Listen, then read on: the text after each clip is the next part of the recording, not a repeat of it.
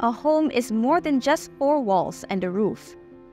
For many property owners, their home is a castle and they're the kings. They can kick back, relax, and do as they please. But this is not the case for Sheila Rahman Natarajan.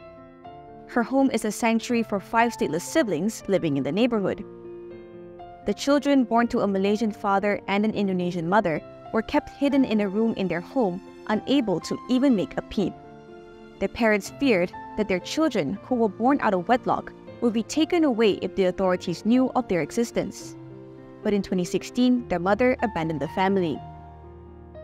When the mom left, the father, of course, has to go to work. The children were growing up, so they were allowed to be playing on the streets.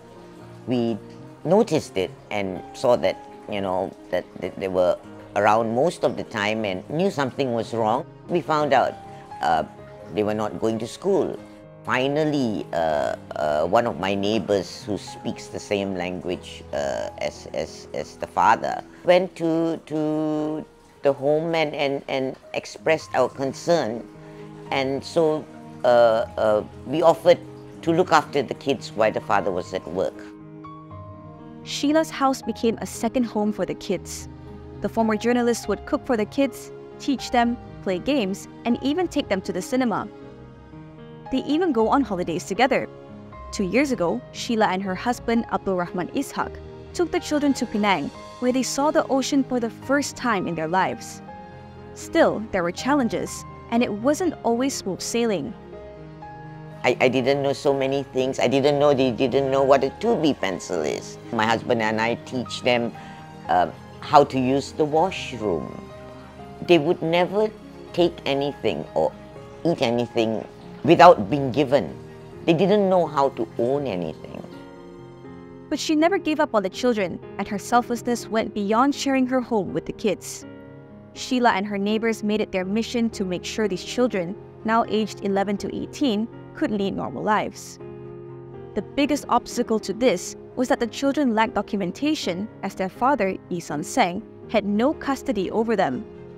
Once more, Sheila and her neighbors stepped in and helped obtain adoption papers and birth certificates for the children. This helped the kids enroll in an NGO-run school for marginalized children. Still, the children have not been granted citizenship. We have put in application for all 5. That was quite a process, and we did that 1.5 years ago.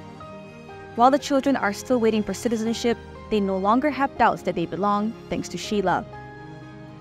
This is the only country they know. They were born here. And they don't know any other country at all. They love wearing shirts with, our flag, and Abang is a football fanatic, JDT, And they speak the language, our Bahasa first. That's their first language. Sheila's kind-heartedness has not gone unnoticed. On October 31st, Sheila was honored the 6th and final National Press Club Macro Kiosk Muhiba Award for her remarkable contribution in transforming the lives of 5 stateless children, whom she now considers her own. Natasha Bust, FMT News.